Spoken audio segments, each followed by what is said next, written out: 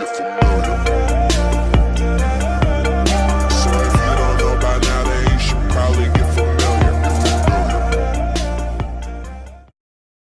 Hey, welcome to our introductory course on using Canvas, the HTML5 element that allows you to use JavaScript in order to draw on the canvas. And I'm here to help you learn more about using HTML5 Canvas.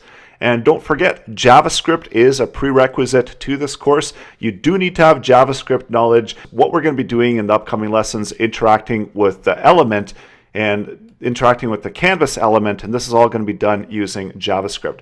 So I've got a number of different examples of all the really cool things that you can do. So we're going to be starting out with the basics and showing you how you can draw on the canvas, how you can create rectangles, update colors, and then also drawing of lines as well onto the canvas.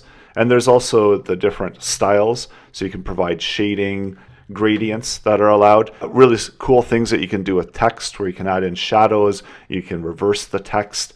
So a lot of fun things there. And as well, we've got an option where we can load an image and spin that. So it's coming towards the end of the lessons. I'm going to show you how you can bring it all together and create these types of amazing effects. We're also going to be drawing with Canvas and JavaScript and creating this stick figure. So that's going to be one of the challenges that you're going to have to do in order to proceed with the challenge, is to take this type of image and be able to draw it all using JavaScript. So there's no drawing, it's all JavaScript code that allows you to do that. And then lastly as well, you can bring images into your canvas and do some stuff with the images. All of the source code is included, and I do encourage you to try it out for yourself.